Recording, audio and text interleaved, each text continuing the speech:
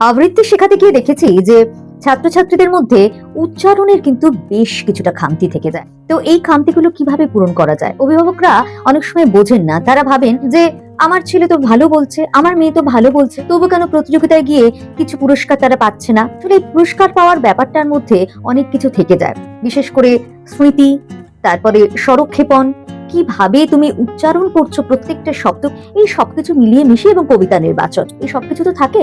তার মধ্যে আমি দেখেছি যে রয়ের ভীষণভাবে একটা খামতি রয়েছে ছাত্রছাত্রীদের মধ্যে। বয়শূন্য র, ডয়শূন্য র আর ঢশূন্য রহ, এই উচ্চারণের যে ফারাক রয়েছে সেটা তারা বুঝতে পারে না।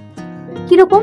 বয়শূন্য র, রাম, রহিম, রক্ত, রক্তিম, রজনী, রটা স্বাভাবিক উচ্চারণ, কিন্তু আমরা যখন বলি বড়, ডয়শূন্য র, বড়, বাড়ি, গাড়ি, ডয়শূন্য র, তখন জিভটা কোথাও গিয়ে একটা অনুরণিত হয়, সেই জন্য ডয়শূন্য র বলি আমরা। বড়, বাড়ি, গাড়ি, জুড়ি, বুড়ি, এই সমস্ত উদাহরণ দেওয়া যেতে পারে। ঢয়শূন্য র, ঢয়শূন্য র এর ক্ষেত্রে যেমন গাঢ়, অর্থাৎ ঢয়শূন্য র এর পর একটা হয়ের উচ্চারণ হয়, সেটা আমরা বুঝতে পারি না। দৃঢ়, গুড়, একটা ঢয়শূন্য র এর পর একটা হ আসছে, তাহলে বয়শূন্য র স্বাভাবিক উচ্চারণ, রজনী, রাম, রহিম, যা যা উচ্চারিত হয় বয়শূন্য র দিয়ে। ডয়শূন্য র ক্ষেত্রে যেটা হচ্ছে বাড়ি, গাড়ি, চুড়ি, জুড়ি, এই সমস্ত কিছু ডয়শূন্য র। আর ঢয়শূন্য র, ঢয়শূন্য র এর সঙ্গে একটা হ আসছে, গাঢ়, গূঢ়, দৃঢ়, এগুলো কিন্তু মনে রাখতে